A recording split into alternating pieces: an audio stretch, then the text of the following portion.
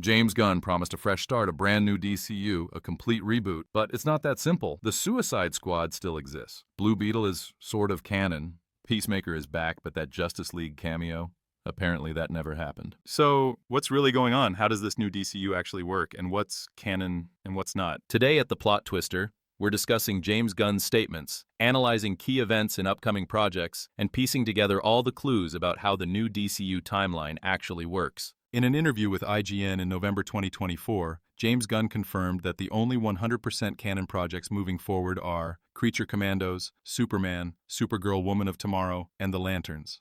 Then, there are 3 projects that are partially canon: Blue Beetle, The Suicide Squad, and The Peacemaker.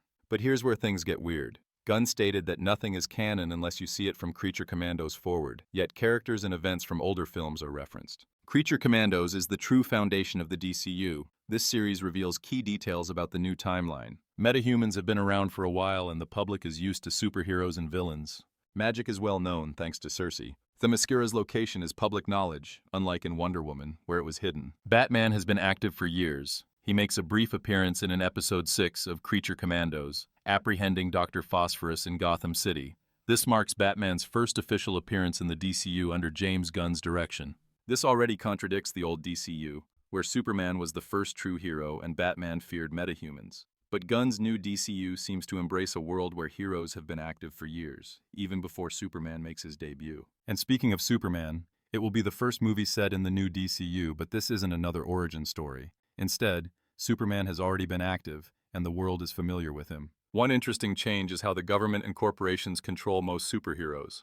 Unlike Superman and Batman, who operate independently, heroes like Hawkgirl, Guy Gardner, and Mr. Terrific work for companies, possibly under Maxwell Lord, as hinted by set photos in the trailer.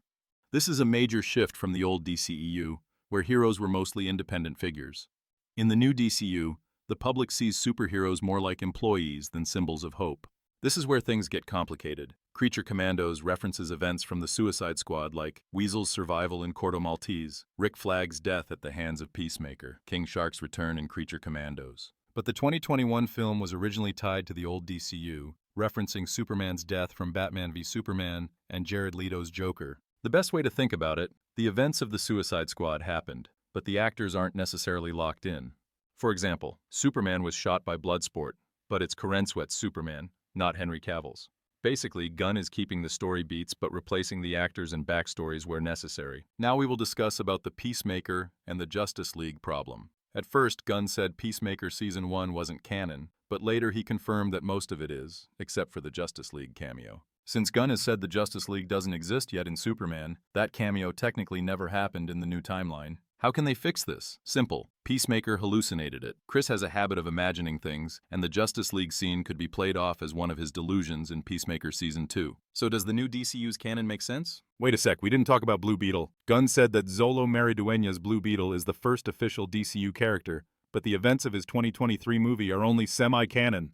So does the new DCU's canon make sense? Well, kind of. Gunn is keeping certain characters and storylines while rewriting others. The key takeaways are: Creature Commandos is the first fully canon project. Superman resets the main timeline. The Suicide Squad happened, but not everything about it is canon. Peacemaker is canon, except for the Justice League. Blue Beetle is half canon. And the Justice League doesn't exist yet, but future projects will build toward it. It's definitely not a clean reboot, but it seems like Gunn is stitching together a cohesive timeline as best he can. What do you think? Will this approach work, or will it lead to even more confusion? Let me know in the comments. Thanks for watching, and I'll see you next time on The Plot Twister.